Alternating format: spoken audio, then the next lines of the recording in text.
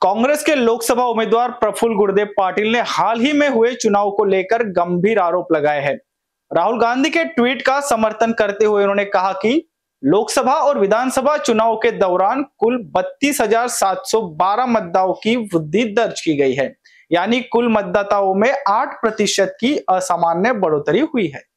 गुड़घे पाटिल ने आरोप लगाया कि ये चुनाव चोरी किया गया है और इसमें चुनाव आयोग तथा भारतीय जनता पार्टी की मिलीभगत है। हम लगातार फॉर्म 17C की मांग कर रहे हैं, लेकिन अब तक हमें वो नहीं दिया गया है। उन्होंने दावा किया कि एक ही मोबाइल नंबर से 100 से अधिक मतदाताओं का पंजीकरण किया गया है।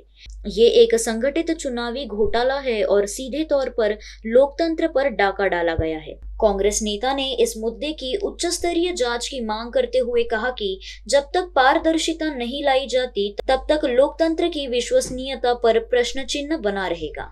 लोकसभा निवडणुकीच्या आणि विधानसभेच्या निवडणुकीच्या दरम्यान या 6 महिन्यामध्ये एकंदर 33,712 मतदारांची वाढ झालेली आहे।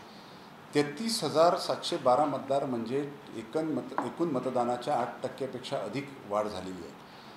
नवीन वाढ होण्यामध्ये काहीही गैर नाही, मात्र ती करत असताना ते वास्तविक मतदार त्या मतदारसंघाचे असले पाहिजे, तिथले रहिवासी ते असले पाहिजे आणि ती प्रक्रिया जी आहे ती प्रक्रिया BLO रिपोर्ट हा अत्यंत महत्त्वाची प्रक्रिया त्यामध्ये आहे।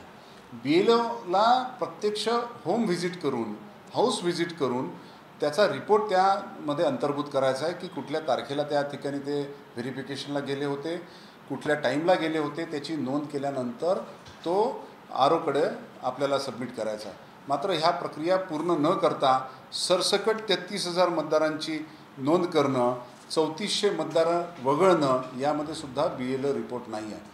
त्यामुळे ही निवडणूक एक प्रकारे चोरी केलेली आहे। निवडणूक आयोग आणि भारतीय जनता पार्टी यांच्या संगनमतातून ही निवडणूक जिंकलेली आहे असा आमचा थेट आरोप आहे।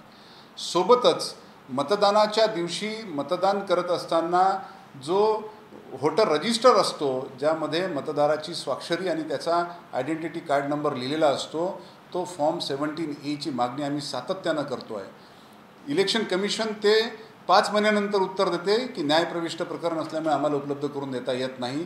त्या संदर्भामध्ये सुद्धा मी स्वतंत्र याचिका माननीय उच्च न्यायालयाच्या नागपूर खंडपीठामध्ये मी दाखल केलेली आहे।